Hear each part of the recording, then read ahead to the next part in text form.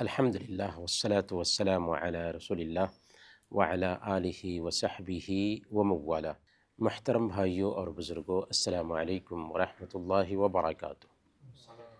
سورہ البقرہ کی تفسیر اس فجر کے بعد کی مجلس میں چل رہی ہے، اور آج ہم انشاءاللہ آیت نمبر 17 سے 20 تک پڑھنے والے ہیں۔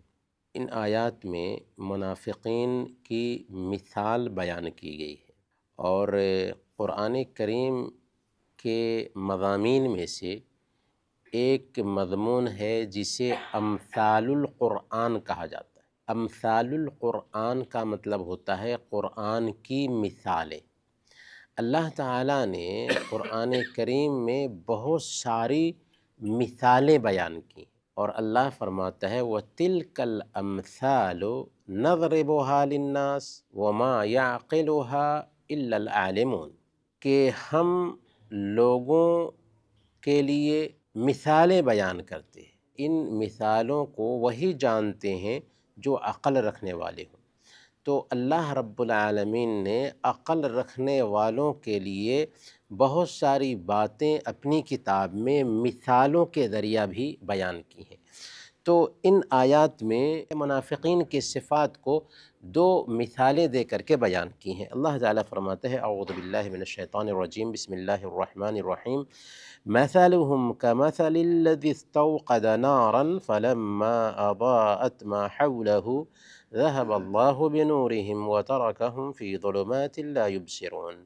ان کی مثال اس آدمی کی مثال ہے جس نے آگ جلائی، جب اس آگ نے اس کے آس پاس روشنی پھیلا دی تو اللہ نے ان کی روشنی چھین لیا اور ان کو اندھیروں میں چھوڑ دیا، وہ کچھ نہیں دیکھ پا رہے۔ اس آیت میں دراصل منافقین کی تشبیہ دی گئی ہے ایسے انسان سے گویا کہ کوئی جنگل میں ہو، ہر طرف تاریکی چھائی ہوئی ہے، اندھیرا ہے، کچھ بھی دکھائی نہیں دے رہا ہے، ایک روشنی جلائی گئی۔ روشنی جب جلی ہے تو وہاں پر ساری چیزیں دکھائی دے رہی ہیں، راستہ دکھائی دے رہا ہے، ہر چیز دکھائی دے رہی ہے، اور سارا کام آدمی روشنی میں کر رہا ہے۔ اچانک ایسا ہوا کہ روشنی بجھ گئی، تو روشنی بجھ جانے کی وجہ سے پہلے اندھیرے میں تھا، ابھی پھر اندھیرا چھا گیا ہے اور کچھ بھی سمجھ میں نہیں آ رہا ہے کہ کیا کیا جائے۔ تو یہ مثال دراصل منافقین کی دی گئی ہے کہ یہ منافقین پہلے اندھیرے میں تھے، یعنی کفر کی تاریکی میں ڈوبے ہوئے تھے، پھر اللہ تعالیٰ نے اسلام کی نعمت کے ذریعہ ان کو روشنی عطا فرمائی، کیونکہ اسلام میں آنا اندھیرے سے روشنی میں آنا ہے۔ پھر جب انہوں نے کفر کی روش اختیار کی اور جھوٹ موٹ کا اسلام کا دعویٰ کیا، تو وہ جو زبان سے کلمہ لا الہ الا اللہ کا اقرار کیا تھا، اس روشنی کا اعتبار نہیں رہا۔ کچھ دیر کے لیے وہ روشنی میں رہے اور سب کچھ ان کو دکھائی دے رہا تھا، لیکن اچانک اللہ رب العالمین نے ان کی روشنی چھین لی، یعنی وہ پھر اپنی شرارت پر اتر آئے، اور ظاہر میں تو ایمان کا دعویٰ کر رہے تھے لیکن دل میں کفر چھپا رکھا تھا، جس کی وجہ سے ان کی روشنی جو جل رہی تھی اور سب کچھ ان کو دکھائی دے رہا تھا، اچانک وہ روشنی بجھا دی گئی۔ اس کا ایک مفہوم تو یہ ہے۔ دوسرا مفہوم یہ ہے کہ وہ جب ایمان لائے تو دنیا میں ان کو کچھ فائدے حاصل ہوئے۔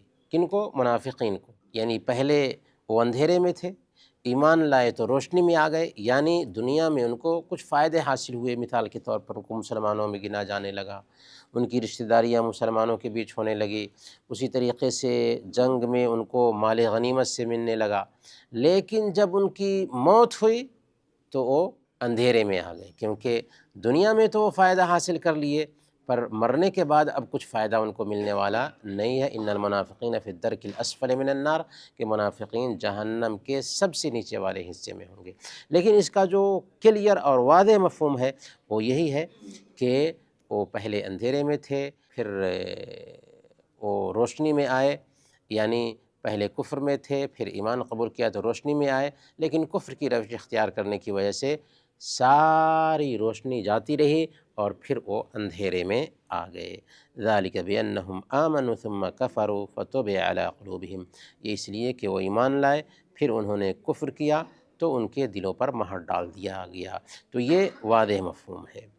یہ پہلی مثال ہے جو اللہ تعالیٰ نے بیان فرمائی۔ اس کے بعد اللہ تعالیٰ فرماتا ہے صم بکم عمی فہم لا یرجعون، وہ بہرے ہیں، گونگے ہیں اور اندھے ہیں۔ صم یہ اصم کی جمع ہے، بکمن یہ ابکم کی جمع ہے، اور عمیون یہ اعمیٰ کی جمع ہے۔ یہ تینوں الفاظ جمع ہیں کہ وہ بہرے ہیں، سن نہیں سکتے، گونگے ہیں، بول نہیں سکتے، اور اندھے ہیں، وہ دیکھ نہیں سکتے۔ ایسا نہیں ہے کہ ان کے اندر بولنے کی صلاحیت نہیں پائی جاتی، ان کے اندر سننے کی صلاحیت نہیں پائی جاتی، ان کے اندر دیکھنے کی صلاحیت نہیں پائی جاتی، بلکہ وہ بولتے ہیں، وہ سنتے ہیں، وہ دیکھتے ہیں، لیکن یہ بولنا، یہ سننا اور یہ دیکھنا کسی کام کا نہیں ہے۔ وَجَعَلْنَا لَهُمْ سَمْعًا وَأَبْصَارًا وَأَفْئِدَةً فَمَا أَغْنَى عَنْهُمْ سَمْعُهُمْ وَلَا أَبْصَارُهُمْ وَلَا أَفْئِدَتُهُمْ مِنْ شَيْءٍ، کہ ہم نے ان کے لیے کان اور آنکھیں اور دل بنائے، لیکن ان کے کان اور ان کی آنکھیں اور ان کے دل ان کو کچھ بھی فائدہ نہ دے سکے۔ تو کچھ لوگ ہوتے ہیں کہ جن کے پاس دل ہوتا ہے لیکن وہ دل ان کو ہدایت کے راستے پر نہیں لاتا، ان کے پاس آنکھیں ہوتی ہیں لیکن وہ آنکھیں ہدایت کے راستے پر نہیں لاتی، ان کے پاس کان ہوتے ہیں لیکن ہدایت کی باتیں وہ سن نہیں پاتے، تو وہ کان، آنکھ اور دل رکھنے کے باوجود جو ہے نا ان نعمتوں سے محروم ہیں گویا کہ۔ فہم لا یرجعون، وہ لوٹنے والے نہیں ہیں۔ او کصیب من السماء فیہ ظلمات ورعد وبرق یجعلون اصابعهم فی آذانهم من الصواعق حذر الموت واللہ محیط بالکافرین۔ یہ دوسری مثال دی جا رہی ہے منافقین کی، جن کی شرارت مدینہ میں مسلمانوں کے بیچ پائی جاتی تھی، یا ان کی مثال آسمان سے بارش والے بادل کی ہے جس میں تاریکیاں ہیں اور گرج ہے اور بجلی ہے، یعنی بارش ہو رہی ہے، بارش میں اندھیرا چھایا ہوا ہے اور اس میں گرج بھی ہے، اس میں بجلی کود رہی ہے، کڑاکے کی سختی کی وجہ سے موت کے ڈر سے اپنی انگلیوں کو اپنے کانوں میں ڈال لیتے ہیں۔ واللہ محیط بالکافرین، اور اللہ تعالیٰ کافروں کو ہر طرف سے گھیرے ہوئے ہے۔ یہ منافقین کی ایک دوسری قسم ہے جن کی مثال دی جا رہی ہے۔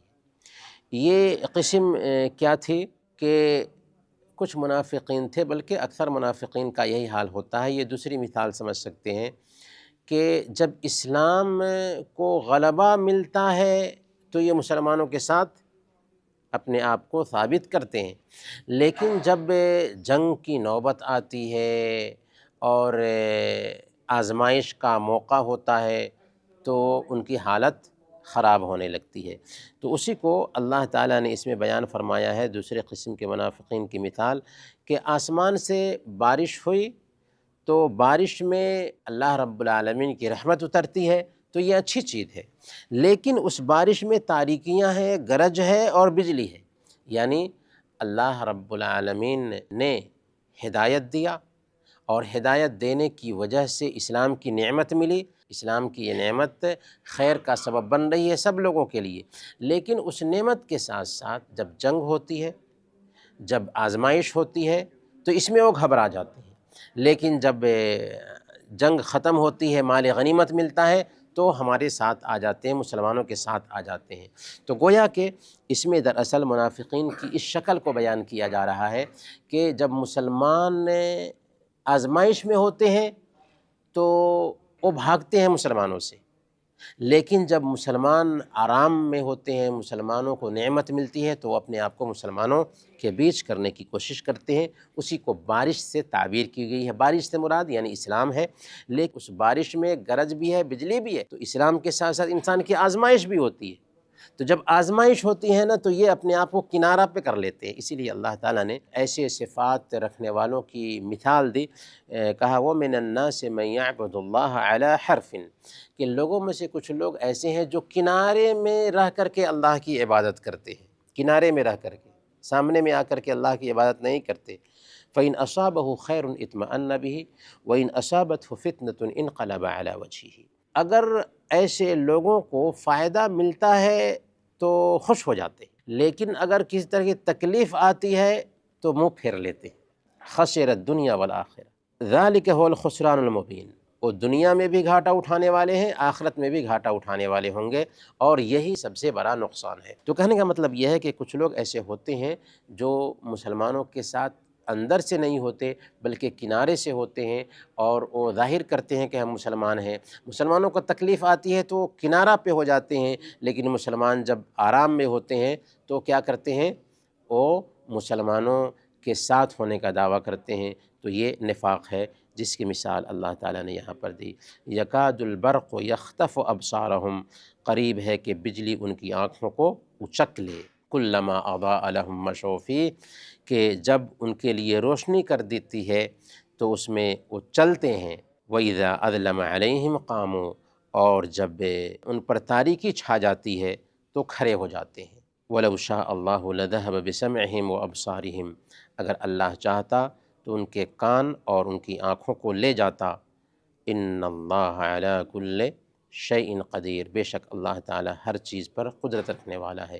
تو اس میں دراصل وہی مثال دی گئی ہے کہ روشنی ہے تو وہ چلتے ہیں، روشنی بجھ جاتی ہے تو وہ ٹھہر جاتے ہیں، آزمائش آتی ہے تو وہ ٹھہر جاتے ہیں، لیکن جب نعمتیں مل رہی ہوتی ہیں تو سب کے ساتھ ہونے کا دعویٰ کرتے ہیں۔ تو یہ دو مثالیں منافقین کی اور ان کی خصلتوں کو بیان کرنے کے لیے اللہ تعالیٰ نے سورہ بقرہ میں دی ہیں۔